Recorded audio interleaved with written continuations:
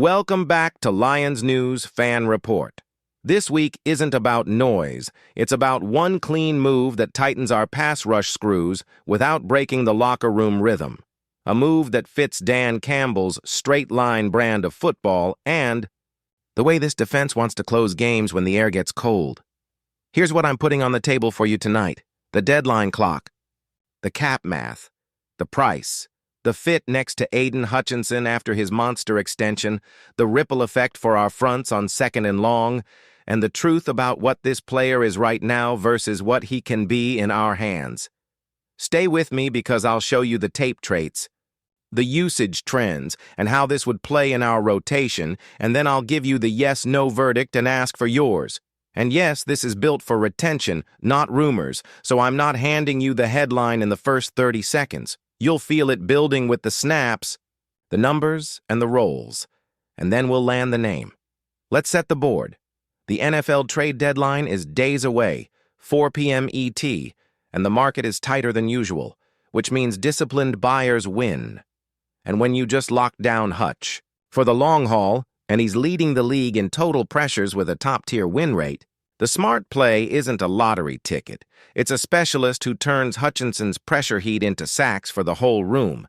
We've got inside beef with Aleem McNeil and DJ Reader. We've got rotation pieces at the other edge. But the charts still say what your eyes feel in the fourth. The team pass rush win rate is lagging behind the top half of the league. And that's exactly where a targeted ad gives Campbell one more lever on money downs. So here's the brief of what I'll deliver before the reveal. First, the player's contract and deadline leverage. Second, the role next to Hutch. Third, the cost today and the comp pick math tomorrow. Fourth, how it plays against our schedule's mobile QBs. And finally, whether you actually pay the price or walk away. If you're new here, pull up a chair and ride with me because this is the kind of breakdown we do on this channel. No fluff, just football you can use. Start with the core. Hutchinson is playing like the guy you pay to tilt fields, and the extension proves it. The production is elite in pressures, hurries, forced fumbles. He is dictating protections every week and eating doubles. And that's exactly why the second edge spot matters more now than it did in September. When an offense decides to slide and chip to Hutch by default, your opposite rusher can't be fine. He has to be a punisher. First step to threaten the corner, enough length to finish, and the motor to run through tight ends who try to bluff the edge. This is how you turn one star into a wave. And in our front, that guy doesn't need to play 70 snaps. 30 high-leverage reps with juice are worth more than 50 flat ones. That's where the target I'm circling fits the best version of us. He's on an expiring rookie deal. He's been productive in spurts. He surged late last season, and his toolbox is built on get-off and outside hand violence, not a bag of special occasion moves. He's 26 in his fourth year, which means two things that matter at the deadline. His cap hit is small enough to slide into our books cleanly, and his free agent path this spring gives us options. Extend if he pops, or let the comp pick formula work if the market outbids us. That's the kind of controlled bet that lines up with Brad Holmes's profile, and it's exactly the kind of edge Campbell likes to coach because it's about strain and details, not headlines. Now let's talk roll so you can picture it on Sunday. Our base spacing with Hutch to the left in wide 9 looks and a heavier interior duo means the opposite edge has to respect C-gap integrity against duo and split zone while keeping enough gas to threaten the launch point on long downs. This player's 2024 run gives me confidence. The sack total jumped. The post-buy production took a step, and he proved he can convert speed to power when tackles overset. That's big in the NFC North where you see heavy sets and then sudden play-action shots that punish edges who peak. On 3rd and 6 plus, you use him on the open side with Hutch reduced into a TE side tilt or a mug with a bluff drop. Anything that forces the center to pick wrong. You'll get the back sliding to Hutch more often than not. And that's where this guy wins with a clean outside lane or a rip through the hands if the tackle panics. If you're wondering about the raw 2025 sack line right now, It's quiet. That's on the sheet. But look deeper, and the usage hasn't been stuck in neutral because coaches trust his contain and effort. The pass rush finish can spike fast when you put him next to a star who eats the slide. That's the whole idea. You're not paying for double teams. You're paying for one-on-ones you expect him to win. On price, this is where I draw the line with you.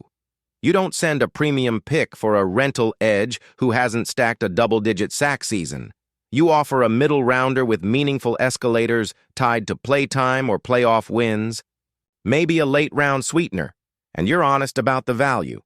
We're giving you clarity and a clean book. You're giving us the rusher our room can amplify.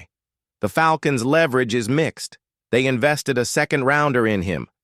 They finally saw the uptick last year, but they also know the contract ends after this season, and if he leaves in March, they're playing the same comp pick game we are.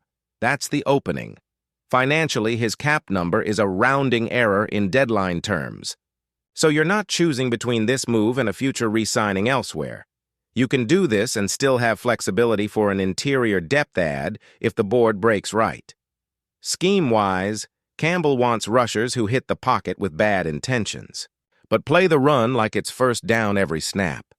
This player's college profile and his 2024 pro cut-ups say that's in his DNA. The motor shows up. The long arm stays live, and the finish is there when the QB climbs.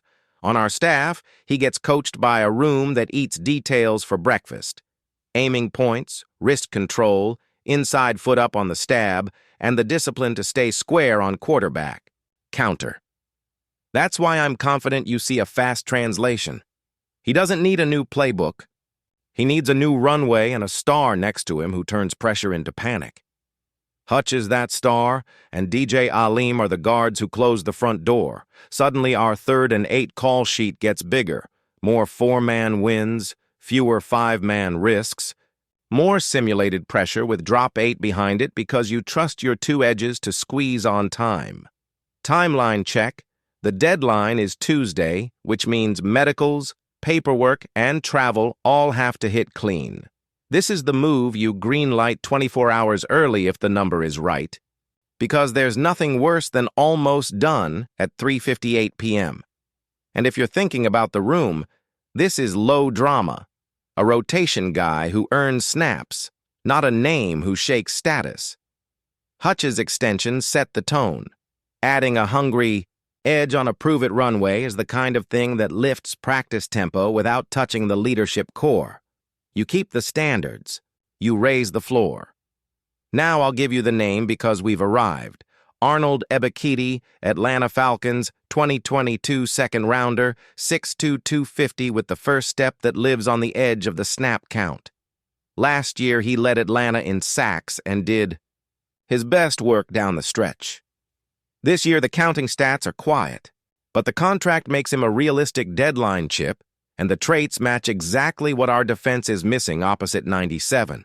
The fit is clean, the math is easy, and the upside is obvious in a role that asks him to win one-on-ones while offenses are busy surviving Hutch. Give him 28-32 snaps with a green light on long down packages and you will feel him, even if the sack chart stays mid. The squeeze on the pocket helps every coverage rep behind it. That's hidden yardage and hidden points in November and December.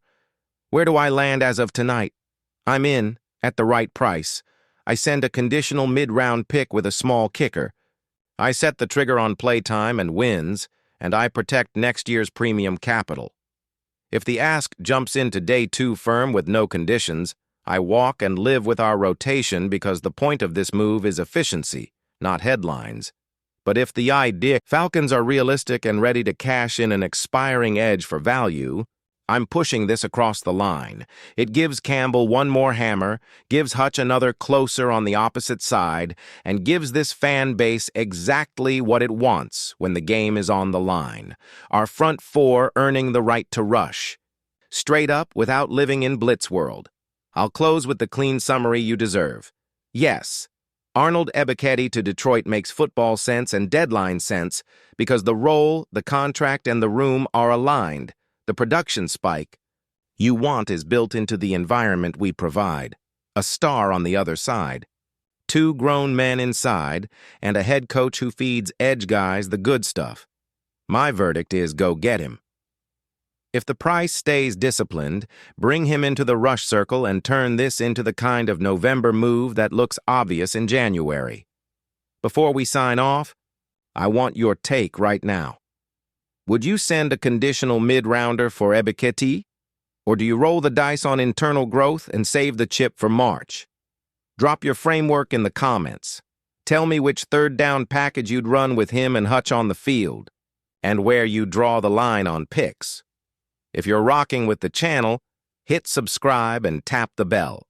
Because when Detroit moves, I'll hit you with the cap details, the rotation plan, and the film breakdowns you can use on Monday morning. We're chasing the right edges at the right price, and that's how this team keeps winning its kind of football.